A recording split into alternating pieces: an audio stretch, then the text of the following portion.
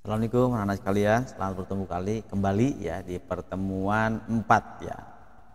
Dalam mata pelajaran mikroprosesor, mikrokontroller. Tidak lupa ya, kita sebelum belajar mari kita membaca doa ya. Dan baca Al-Fatihah dalam hati masing-masing bagi yang muslim, yang non muslim sesuai dengan agamanya ya. Berdoa dimulai.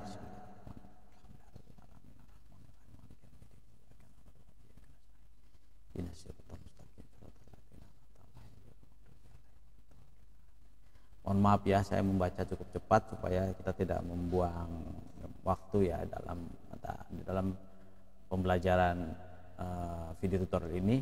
Tapi kamu sebaiknya baca secara perlahan-lahan ya dan diresapi. Salah satunya di dalam Al-Fatihah itu ya ada kalimat Iyyaka na'budu wa iyyaka nasta'in. Hanya kepada Engkau lah kami menyembah dan hanya kepada Engkau lah ya Allah kami meminta pertolongan. Makanya Al-Fatihah itu bisa menjadi obat, bisa menjadi kalau kita berdoa ya setelah itu ikuti dengan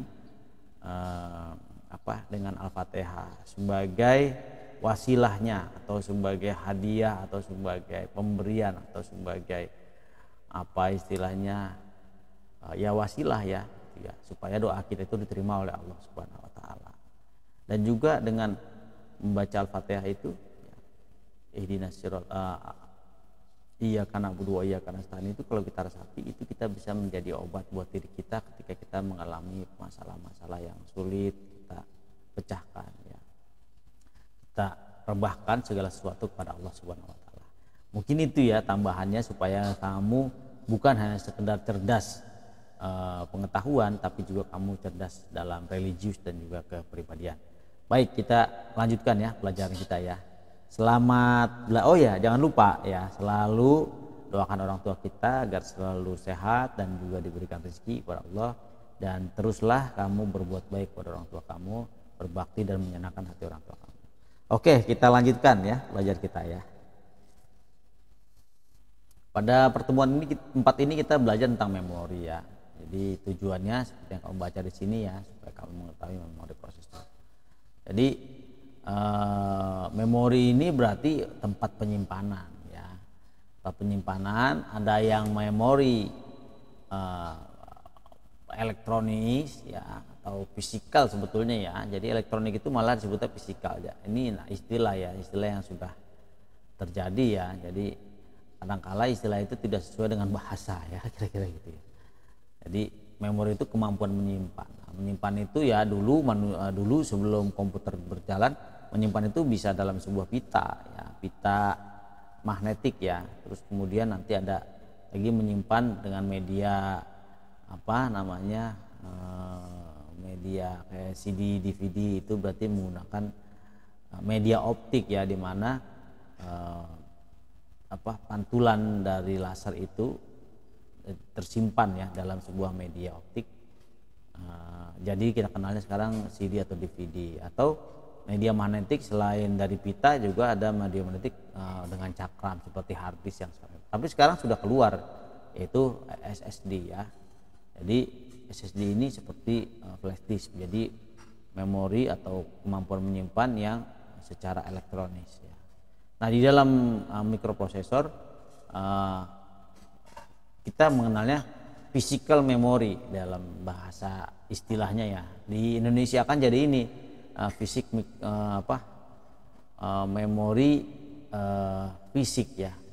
Jadi ini maksudnya di sini adalah physical memory ya.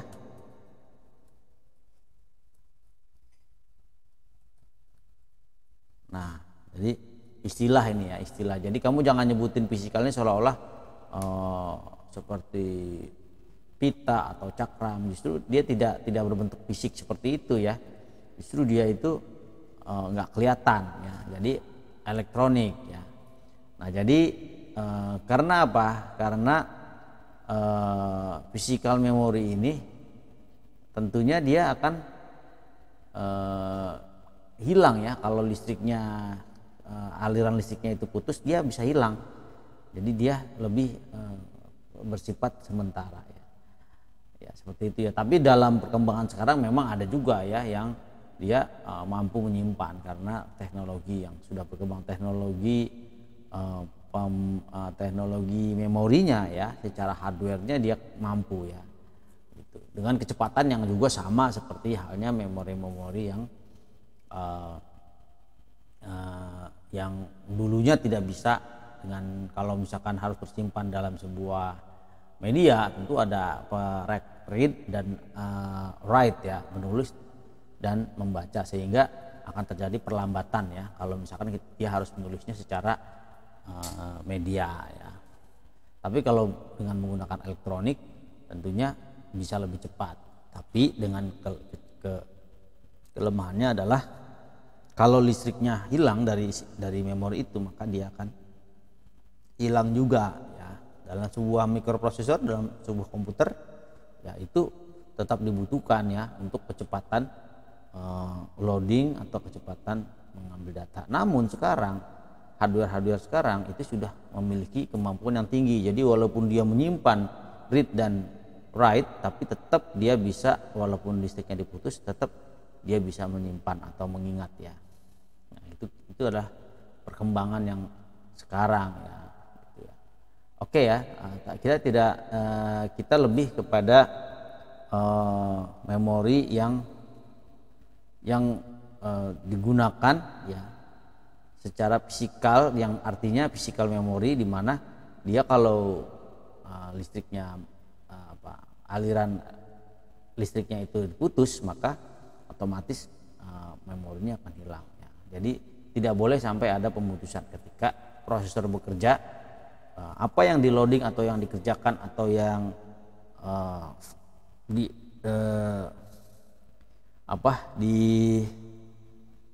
diproses ya oleh sebuah mikroprosesor itu tidak boleh dihentikan secara tiba-tiba, karena itu akan menghilangkan memori. Jadi listriknya harus berjalan. Jadi ya kira-kira seperti itu ya. Nah, mungkin ilustrasi gampangnya begini, kamu lagi ngetik nih ya, ngetik ya, ketika kamu ngetik itu kan tidak tersimpan ke dalam hard disk ya, ngetik itu baru masuk ke dalam physical memory, kira-kira begitu ya. Jadi kalau tiba-tiba kamu ngetik di PC ya, bukannya di laptop, kalau itu ada baterainya, tiba-tiba listrik mati, apa yang kamu ketik itu bisa hilang, kecuali ada auto save-nya, artinya ada waktu tempat untuk write ke dalam hard disk. Tapi kalau misalnya kamu ngetik udah banyak ya, tapi kamu tidak aktifkan auto save-nya, otomatis simpennya, otomatis begitu listrik mati ya hilang semua ketikan kita ya. Nah itu ya, jadi itu yang dimaksud dengan physical memory, itu harus selalu ada listrik, kira-kira begitu ya. Nah, pemuatan memori ke dalam mikroprosesor itu ada berbagai cara. Ada pemuatan mutlak, ada pemuatan relokasi, ada pemuatan sambung linker, ada pemuatan dinamik. Saya hanya menerangkan beberapa aja ya. Kalau semuanya waktunya nggak akan cukup ya. Jadi ini pemuatan mutlak ini yang paling sering ya digunakan. Nanti kamu kalau praktek juga sama ya, akan sering menggunakan ini. Ini adalah memasukkan memori, memasukkan data ya secara langsung ke dalam memori itu sendiri. Jadi tidak menggunakan register lain. Jadi kita memang mengakses register A untuk diambil datanya di A lah, kira-kira seperti itu ya. Kalau pemuatan relokasi di sini ya, jadi alamat yang kita ambil itu sebetulnya nggak di situ, yang kita ambil itu tempat lain. Jadi kita pindahkan dulu sementara ke sini. Nah setelah itu baru kita ambil. Jadi data atau data yang kita ambil itu tidak langsung kita ambil ke dalam memori yang sesungguhnya data itu disimpan, karena mungkin tidak bisa diolah kalau misalkan langsung kita ambil ke situ. Jadi kita harus memindahkan dulu ke data ke lokasi tertentu ya, supaya kita bisa ambil ya, kira-kira seperti itu. Nah, pemuatan sambung linker ini di sini di mana sebetulnya data-data itu sudah ada ya di dalam di dalam library, dalam perpustakaan, dalam pustakanya. Jadi diambil dari pustaka, setelah itu diletakkan di memori yang tempat kita bekerja, kira-kira tempat si prosesor itu bekerja ya. Nah kalau misalkan datanya begitu banyak, maka dia akan diletakkan di register beberapa register R1, R2, R3 misalnya gitu ya. Nah setelah itu baru nanti diolah ya, seperti itu ya. nanti kamu akan nyambung sendiri ya. Mungkin sekarang belum seluruhnya dipahami, nggak apa-apa ya, lanjutkan aja di kamu. Nah kalau jenis memori saya kira kamu ini sudah sering mendengar ya. Jadi ada read only memory ya.